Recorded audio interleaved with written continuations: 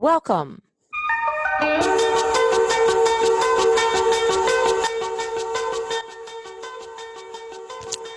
The very last lecture of the semester for Western political thought. The music savvy ones of you are already recognizing that that's Tears for Fears, Everybody Wants to Rule the World. Today we're going to be looking not so much at the practicalities of conquest, but the ideologies that we use to explain the phenomenon. Now there will be a little bit of terminology that we talk about in terms of what do we call colonies and imperial territories and all of those sorts of things. But at its core, what we're going to talk about is the ism that is imperialism, not empire, but the explanations of how and why we do it. Because everybody really does want a world war. To start out, even though we're not going to spend a ton of time on imperial terminology, I do want to kind of give you a walkthrough some of the more basic terms that sometimes you run into when you're dealing with terminology with empires, but nobody seems to just bother explaining what these things are. So first thing, colonies. Now, a colony is a settlement of subjects and is dependent upon the mother country. Okay. And the settlement is the key piece here. We're not talking about some trappers who come, stay for a season and leave. Settling is what's required for a colony. Now, a colony can have a degree of self-government. It kind of depends on what you're dealing with. Sometimes they have governors. Sometimes they're royal governors. Sometimes they're elected governors. It just depends on the situation. Now, a type of colony, one piece of settlement is called a viceroyalty. Now, viceroyalty, basically what that means is that you've got a colony or a protectorate, and the monarch at home, wherever you are, whether it's Britain or France or Spain Spain uses these a lot. They appoint someone to stand in the stead of the monarch in governing this territory because the monarch's too far away. And this is particularly useful with Spain's American territory in the Americas. And we also see this with India eventually. And the viceroy is simply a stand-in. Now, it's not called a viceroyalty unless you've got someone appointed as a viceroy. Otherwise, it's not a viceroyalty. Now, a dependency. Now, a dependency is not technically a colony. It's just part of the mother country that's separated by land or water from the central authority. Usually it doesn't have quite the same status as other portions of the country, but it might, but it's separated by land or water. There's less control by the locals here. Usually it's being governed directly from wherever the central government is, be it London or Paris or wherever. The territory is dependent upon the home government for support and help. And that's one of the things about a dependency. Usually they're not strong enough to really do much self-government. Usually meaning that they don't have a whole lot of population. Thin population is one of the reasons you see this, but it's not the only reason. Now, one of the other things that you see is called a protectorate. Now, protectorate is a pretty weird thing. It's more of a term from international law. And it's controlled by another to a greater or lesser degree. It doesn't necessarily mean that there's any colony of settlers there, okay? It's just under the protection of this other power somewhere out over there. That's what this protectorate means. The best example is Liberia. Liberia is the United States protectorate. It's not a colony. Although there is a back to Africa movement in the early 19th century of, okay, we're going to free slaves through purchase and then send these Africans back to Africa to resettle them and rehome them back in Africa.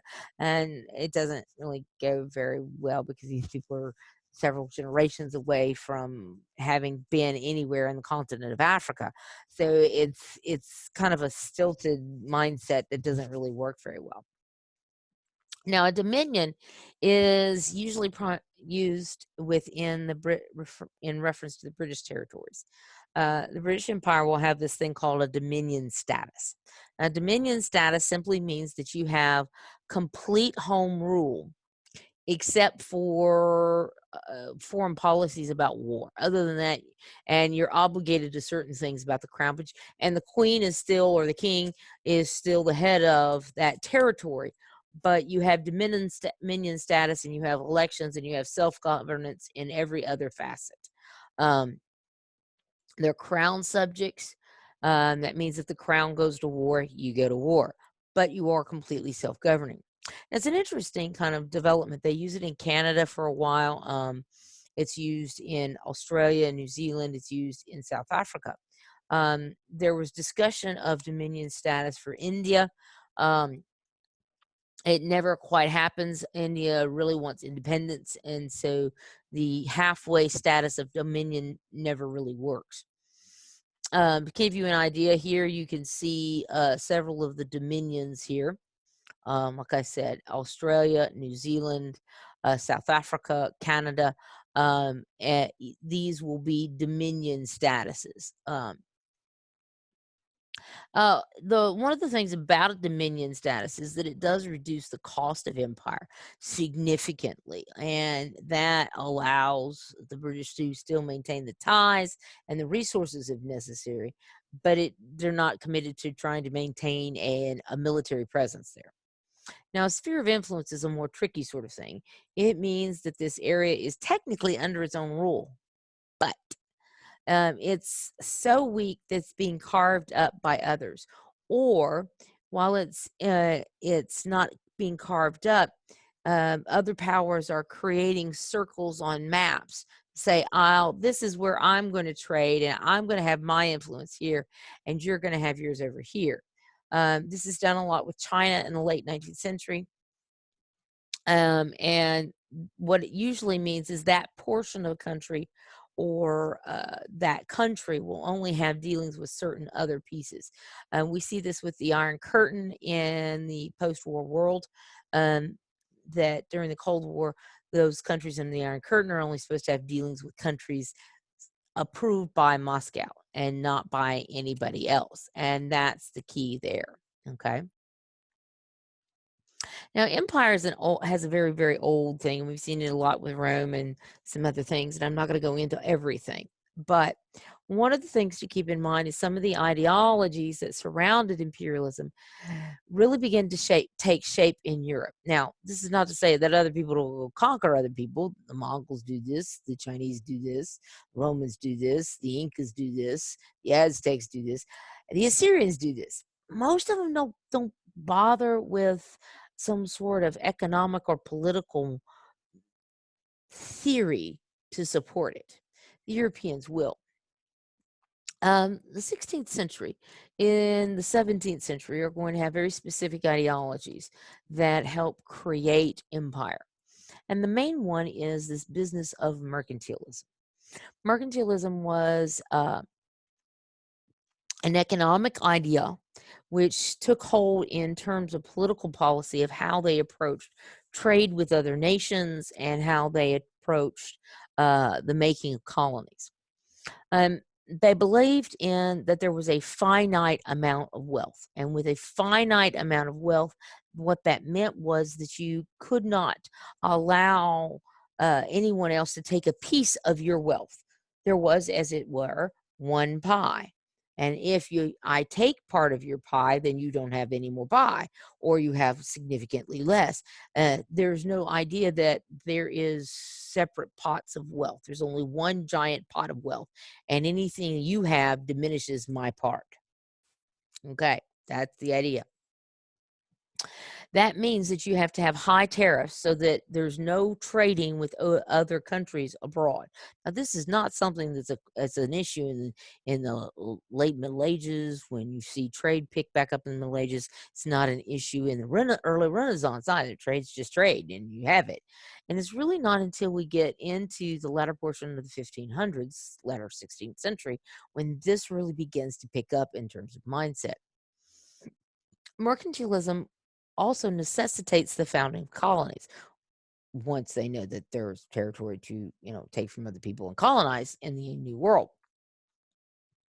But the creation of colonies and the extension of your territory was an expression of the strength of your territory, but it also was the only way that you could increase your wealth. And therefore, you needed these countries that had what we understand as the traditional mother country colony relationship that we all studied in American history at one point. Now, in this scenario, the colonizer supplies troops and finished goods to, in fact, the colony, to the settlement. Okay. And they sell here at usually reduced cost because they're within the same trading network.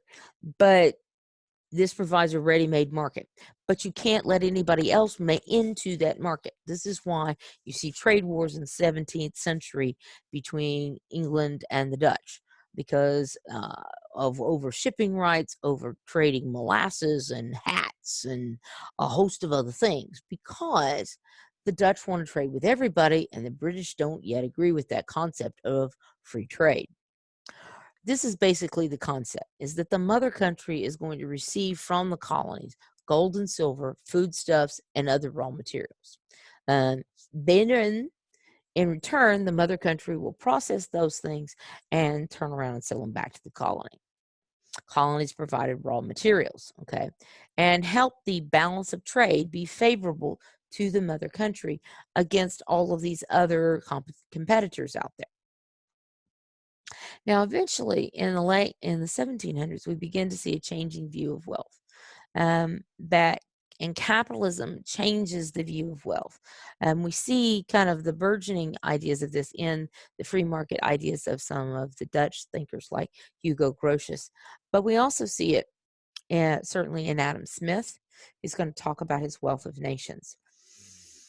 And we also see it in the minds of the men of the city of London's financial district in the preceding years to the American Revolution, because the guys from the city who are going to be kind of led by guys like Lord Rockingham argue, let the colonies go.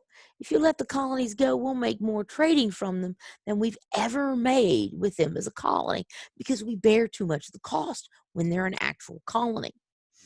This is actually Edmund Burke's point.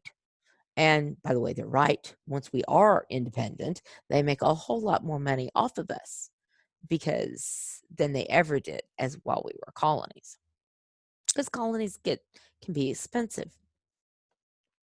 What capitalism says is there's an infinite amount of wealth, and that means that you can specialize in what you're producing and what you're exporting, and therefore you can get your own separate pie over here. That capitalism says it's not just one pie, it's any kind of pie. They have a chocolate pie, fine. You go bake a strawberry one. It's a different kind of pie, and you can sell that and make just as much profit as they are making the chocolate, provided you've got people who like both chocolate and strawberry. And I don't know why pie. I do love this particular money pie because it kind of illustrates this thing. And this is the quintessential kind of analogy that's always used about wealth here. Um, Now, that doesn't mean that you're going to necessarily want competition, okay?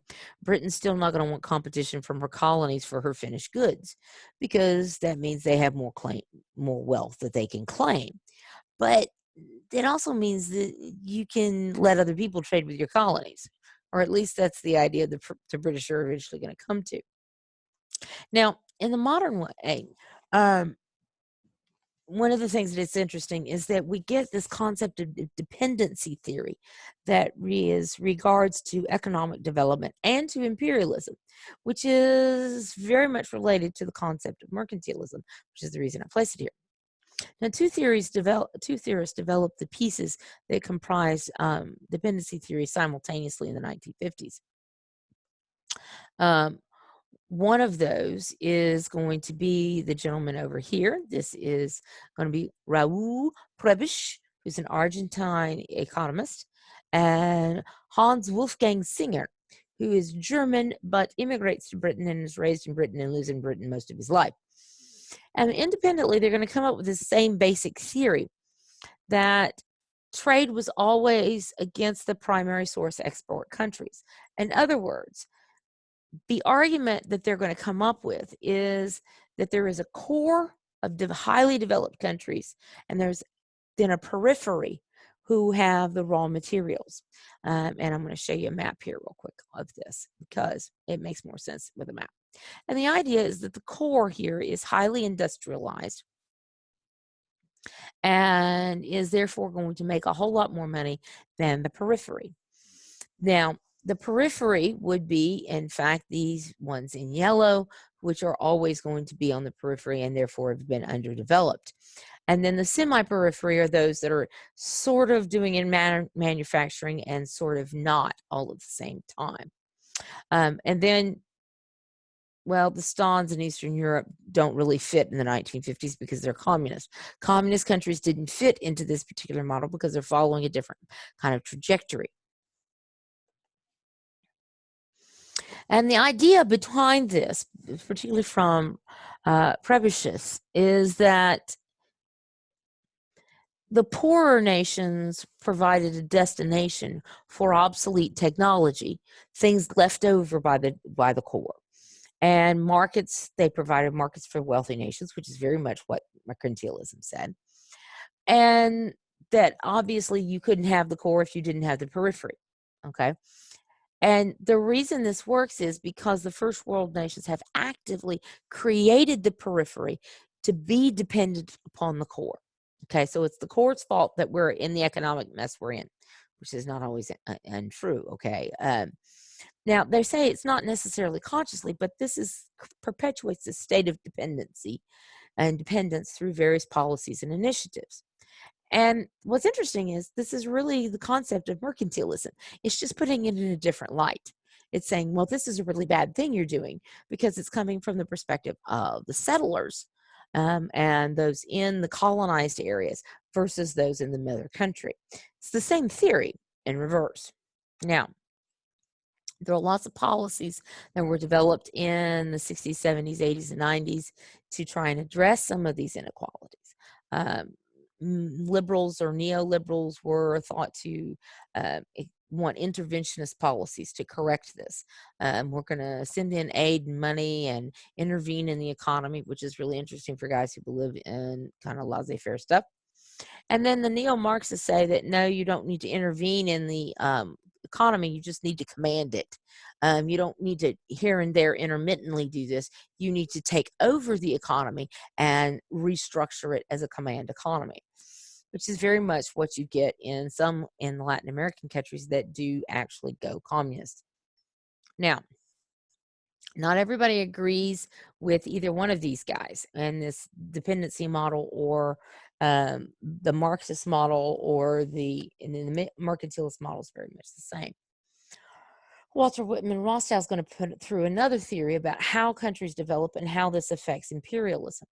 And he publishes his work in 1960. It's very clear what he's trying to do. He's trying to create a non-communist ideology because the Marxist ideology said that capitalism and imperialism were inherently linked, that empires were basically because of capitalism. And he's like, yeah, that's not really what's going on here. He says it's also called the Rostovian takeoff model. And he puts this up as the opposite of both Marxism and dependency theory. And he says that how a country develops is not necessarily, it might be affected by colonialism, but it's really based on what kinds of economic activity you have. And that's what determines the trajectory of the country. Now, he says, and this is very typical of economic and geopolitical kinds of thinking, that there are 5 types of activity, and I've shown you them in my little house here, except it's not a house, it's a factory. The first level of activities, called the primary activities, are the farmers. We've had lots of memes about, well, we see now that the essential services are really the farmers. Well, yes, of course they are. But they're also called that because they're the first level of activity in a country that develops. It's the first source of economic activity. Now, that doesn't just mean farming. It has to do anything with the ground. Mining, lumber, carpentry, those sorts of things, those are considered primary. Now, secondary activities, number two, are industrial intact things. Third, are services. Now, that could be doctors, bankers, teachers, lawyers. Those are service industries. Okay. The fourth are considered to be managerial industries. That's a quaternary service. And then a fifth level economic activity are those who are information managers, and that's the quaternary, quaternary and quinary activities is the fourth and fifth levels. Countries pass through these levels at different rates, according to Rostow. And he sees five different economic development stages, which I'm going to run through really briefly because this is not where I want to stay in this. I want to talk about some of the other imperial theories. The first one of these is traditional society, and this is where you get mining and farming. Okay, this is medieval Britain, if you want, okay, prior to the Industrial Revolution. The second stage, he says, is a preconditions to take off. Something shocks the society, something goes wrong, which causes a fundamental shift in how the society operates, allows them to begin saving capital and things of this nature. We could argue that the discovery of the New World is a shock to the system. We could argue that the Black Death is a shock to the system, and both are. And both of them are actually going to begin to kind of turn over the economy and send it in new levels. And in stages 1 and 2, the primary level activities of farming and mining and lumber, all of these are still the most important activities in society and bring the highest levels of wealth. But in the takeoff era, we begin to see new levels of manufacturing. Now, there have been some small manufacturing before this, cobblers and carpenters and such, but now we're going to see industrial level because this is when the Industrial Revolution occurs, is usually in level 2. Level 3 is the drive to maturity, when you start to see, level 4, stage 4 is the drive to maturity, when you start to see the Industrial Revolution spread everywhere. You start seeing a lot more services pick up. This is also can include things like restaurants as a service level activity. Okay.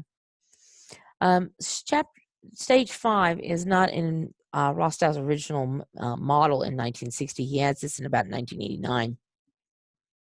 We call this the high mass consumption of the post-industrial society, where he says what's become more profitable, the most important levels of economic activity are often at the managerial and the manipulation of information levels.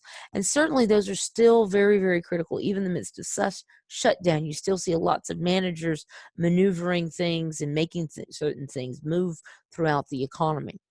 Now, the problem is it doesn't always fit, because what he says is that countries go through all of these stages, and they go through them at different rates and at different times. But India sort of skips it. India goes straight from level 2 to level 4 and doesn't have an industrial revolution. They do this through education, which is a very different model than what you've seen. Okay. Now, those are economic theories of development and how the periphery and the core develop in a lot of ways. But there still were economic explanations of how empires worked and why they created empires to begin with. And this is one of the questions about where empire fits, and does it fit, and is it beneficial? And this is some of the questions that imperial theorists ask: is why do we create empires? Is it beneficial? How do we maintain empires? Those are the key pieces. Now, why do countries create empires? Sometimes the short answer is because they do. But there's a lot of other answers along the way. And there's several different categories of theorists. There are the economic theorists, there are the cultural theorists, there are the political theorists. Now, first, let's take a look at some of the economic theorists. And the very first one that I want to mention is J.A. Hobson. Hobson writes in 1902, and his work is called Imperialism, a Study. It's a very inventive title. Now, this particular work is really important because it's the first systematic study of how empires are created and how they work, and whether or not they're really all that profitable. He actually argues that empire only benefited sectional interests, meaning certain portions of the economy benefited from empire. But he didn't think that the overall economy of the country, the overall political level of the empire, are benefited. Now, he actually doesn't really talk about strategic issues about why you create empires, because sometimes that's actually more, why do you go here? Well, I need a base here to counter those guys. That's a different thing that he doesn't really consider. He actually considers this to be outdoor relief for the upper classes. Outdoor relief meant relief that was given to people who are having problems outside of the poorhouse. Well, he thinks this is a way to provide for all those extra children of the upper classes and who they don't know what to do with because they're landed gentry and have to give it all to the firstborn son. So this allows for them to go make their fortunes elsewhere. That's what he thinks. This is only beneficial to the upper class. But what he doesn't have an explanation for is why the lower classes sign off on this and the benefits that sometimes come to lower class citizens from the goods of empire. Karl Kautsky is going to also work in the early 20th century, in the late 19th. He's going to argue that capitalism is going to divide the world in a peaceful but exploited division. And he still sees this as very much a capitalist sort of thing. Lenin's actually going to create a better kind of encapsulation of this. Imperialism, the highest stage of capitalism. He's going to add to Marx, and he's going to argue that the highest stage, the stage that comes before world revolution, is actually imperialism. And capitalism is to blame entirely for imperialism. Don't bother them with telling them that the Mongols and the Chinese, who are not really capitalists, create, in fact, empires, because they're not really talking about that. They're talking about the imperialism of the 19th century by Europe. And that's the only imperialism that counts. There's very much a Eurocentric view, a method of explanation in these kinds of theories. Often what we see is Hobson's idea that this only benefits the upper classes combined with Lenin into this kind of Hobson-Lenin thesis about this is the highest form of capitalism and only benefits the landed interest. He says there's going to be aggressive competition for annexation of territory, and he thinks this is what's going to lead to world revolution, not just the ever-increasing misery of the working class, because Lenin is a lot more realistic about nationalism than Marx ever is going to be. Now, there will be other economic theorists who will not agree with these guys. And one of the most significant is a pair of scholars known as Robinson and Gallagher. Robinson and Gallagher in 1953 published an article. This is not a title of the book, this is the title of the article, called The Imperialism of Free Trade. In The Imperialism of Free Trade, they argue that previous types of theories have all only dealt with what can be called formal empire. And they say that that's not the only form of empire. Now, formal empire is what we think of. This is the Roman Empire. Okay, we send in the troops, we conquer stuff, and then we rule it. Okay, that's formal empire. But they said there's also this thing called informal empire, which is an economic space where we exert economic control through trade, and we trade with you guys, but we don't actually need to rule you, which goes back to the whole concept of Britain makes more money off of us after we're independent. So in fact, we're still actually in the economic sphere of the British, even after we're independent. Okay. We are still part of informal empire. Don't tell the Americans. The flag actually followed trade. Now, this phrase that trade follows the flag was the kind of mantra of imperialists in the 19th century, is that once we go plant the flag, then all of our merchants can trade there safely. It's actually not what happened. More and more often than not in the 19th century, traders, merchants, and adventurers went in, did something, and all of a sudden the British need to go in and react to this. The same thing happens with the French. And the flag actually follows trade. when the competition becomes intense, when there's actually political or military problems. Now, this concept of informal empire is going to be further developed in the questions of their 1968 book, Africa and the Victorians. But all of the economic theories have certain issues. Um, not always was capital investment and or economics the first motivation, okay? Now, as Robinson and Gallagher note, it is for informal empire, but not always for formal. Sometimes it's the reason formal empire occurs, though. Social reformers were not always opposed by imperialists. People who wanted empire didn't always oppose social reform at home, which is what Hobson had argued. Hobson argued you're sending all these people off into empire so you can avoid dealing with your domestic problems. Okay, it's sort of empire is a little bit like the frontier thesis that we get in American history here. And the reality is that wasn't always the case. You didn't always develop empire because of you were opposed to social reform. At the same time frame that they're putting in factory acts and fixing suffrage at home in Britain, they're also going to go conquer Egypt. So that it doesn't always quite weigh out the same way.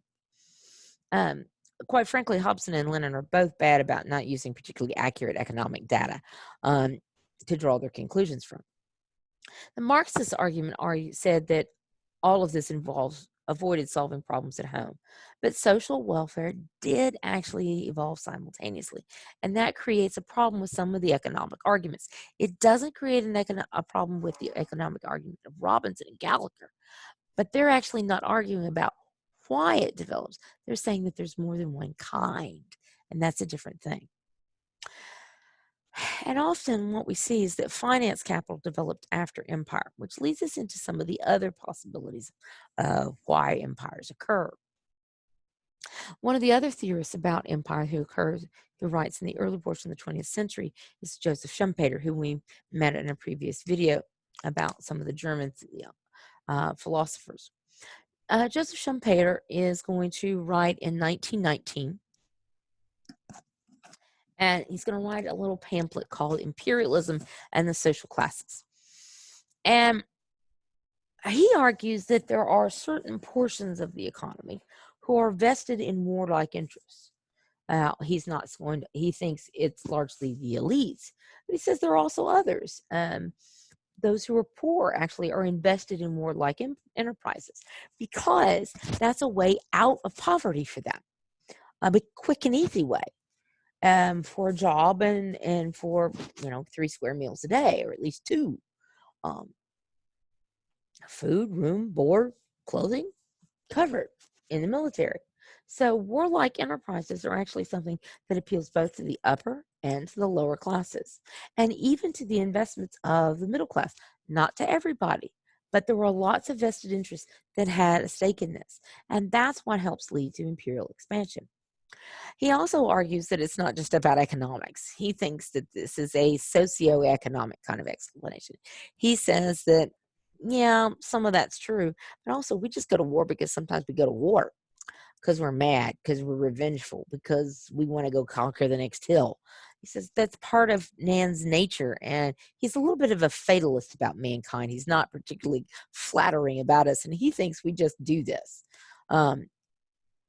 And he also argued that as long as you had an aristocracy that had really significant vested interests in various kinds of warlike enterprises, you're going to get imperialism. Now, you need to couple this with what he says later on in his Capitalism, Socialism, and Democracy book, where he thinks that even in democracy, you can have a level of aristocracy that's vested in warlike enterprises.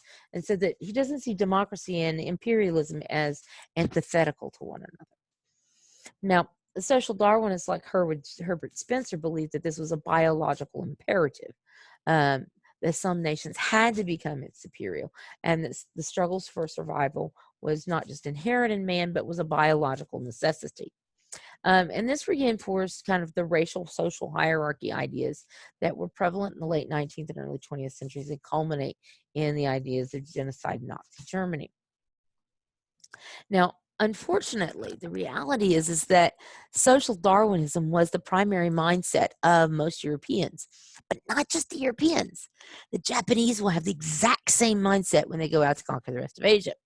China has the same mindset when they go to conquer the rest of Asia themselves um, in the 1600s. So you get the same kinds of ideas. The fascist argument was that imperialism was necessary to show the vitality of the state, and it's also growing from social Darwinism. It was a critical element. You couldn't survive unless you went and conquered stuff. And because also your economy couldn't survive. So there's all of those pieces wound up into one. So isn't there anybody who explains this without a result to economics and racism?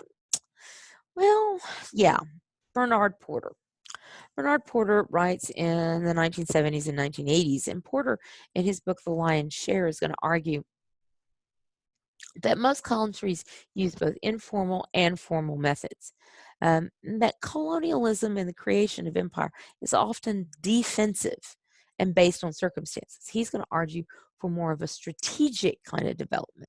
Sure, there are economic forces at play in creating strategies for how you maintain your current standard of living and your current political power.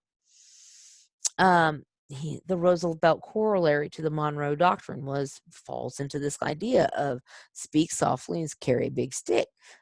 Well, we don't want to have to go in, but we will go in if we have to. Therefore, you've got both of these pieces operational. We usually use gun to boat diplomacy later that says we're going to fire on you if you don't do what we want. Well, that's also about political power and it's about strategic interests. Now, the most popular theory these days for how you explain empire comes from another pair of scholars, P.J. Cain and A.G. Hopkins. So we first get Robinson and Gallagher and then Cain and Hopkins. And Robinson and Gallagher and Cain and Hopkins have some things in common because Cain and Hopkins are going to look at the political interests of the elite, like Schumpeter and Hobson, but they're also going to look at some of the strategic issues raised by Porter and informal empire. Now, one of the things that happens in the discussions of British imperialism, which is what they're going to deal with, is often most models of imperialism just left out India and left out Ireland as well. Those are just different. We have to just forget about them. They don't pay any attention to them. But that's a really bad way to write a theory if you have to always leave out something. Cain and Hopkins argue that there was an alliance between the old aristocracy that had this chivalric ethos that we needed to go out and fight for good causes and fight for the right and go on campaigns and finance and the landed aristocracy. And the chivalric ethos was sometimes more in operation in the middle classes than it was, or in the gentry, the lower aristocracy, than it was in the higher. And these three things combined to create a new figure they call the gentlemanly capitalist. Somebody who had the good manners of a gentleman, had some level of property, but was also invested in overseas expansion and in expansion of the economy both at home and abroad. So these guys were also invested in the Industrial Revolution and other things, and they were also often in Parliament and interested in social causes. These things are not antithetical.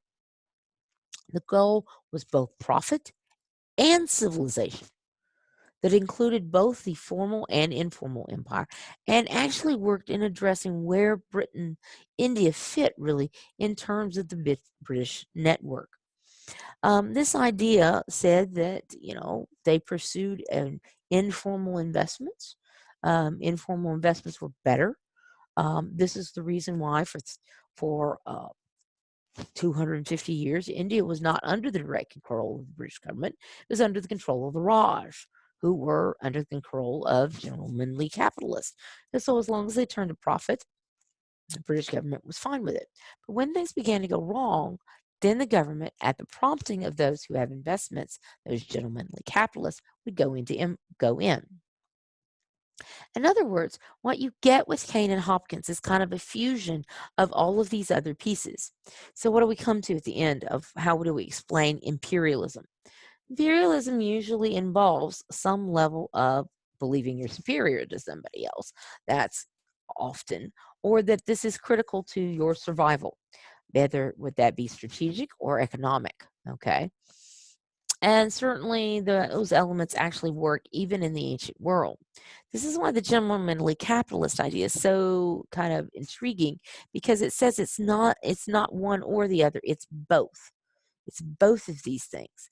And you have the sense of both the God, gold, and glory, those three traditional G's that we were taught in school about why explorers go out and conquer things.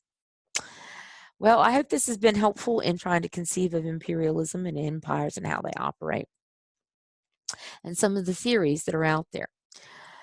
But that's it for today, and that's it for lectures for this semester. And I'll see you on Thursday for the debate between those who've read Marx and those who've read Mill. And I hope you have a restful week, and I will talk to you soon.